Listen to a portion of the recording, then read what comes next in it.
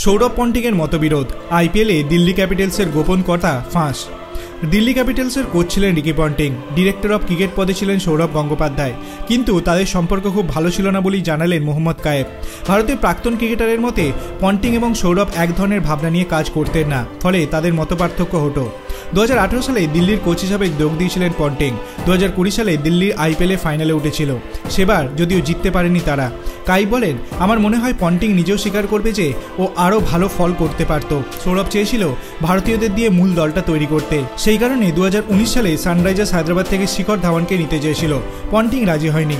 কোচের মনে হয়েছিল ধাওয়ানের কেরিয়ার শেষ হয়ে গিয়েছে, তখন ভারতীয় দলের থেকে বাদ পড়েছেও। সেই সময় বোঝানো হয় যে ধাওয়ান এক মরশুমে 500 রান করার ক্ষমতা রাখে।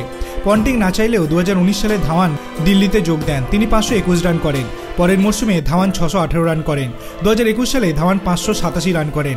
বাঁহাতি ওপেনারকে নেওয়া যে সঠিক সিদ্ধান্ত তা প্রমাণ করে দিয়েছিলেন তিনি। এবারের আইপিএলের আগে পন্টিংকে সরিয়ে দিয়েছে দিল্লি। তিনি এখন পাঞ্জাব কিংসের কোচ, যে দলে গত মরশুমে খেলছিলেন ধাওয়ান। তবে তিনি সব ধরনের ক্রিকেট থেকে অবসর নিয়েছেন, ফলে আগামী আইপিএলে তিনি খেলবেন না। আপনার কি মনে হয় সৌরভ গঙ্গোপাধ্যায়ের সিদ্ধান্ত কি সঠিক ছিল? সেটি আপনি ভিডিওর কমেন্ট সেকশনে জানাতে পারেন। ভিডিওটি ভালো লাগলে লাইক করবেন, চ্যানেলটিকে সাবস্ক্রাইব করতে ভুলবেন না। ধন্যবাদ।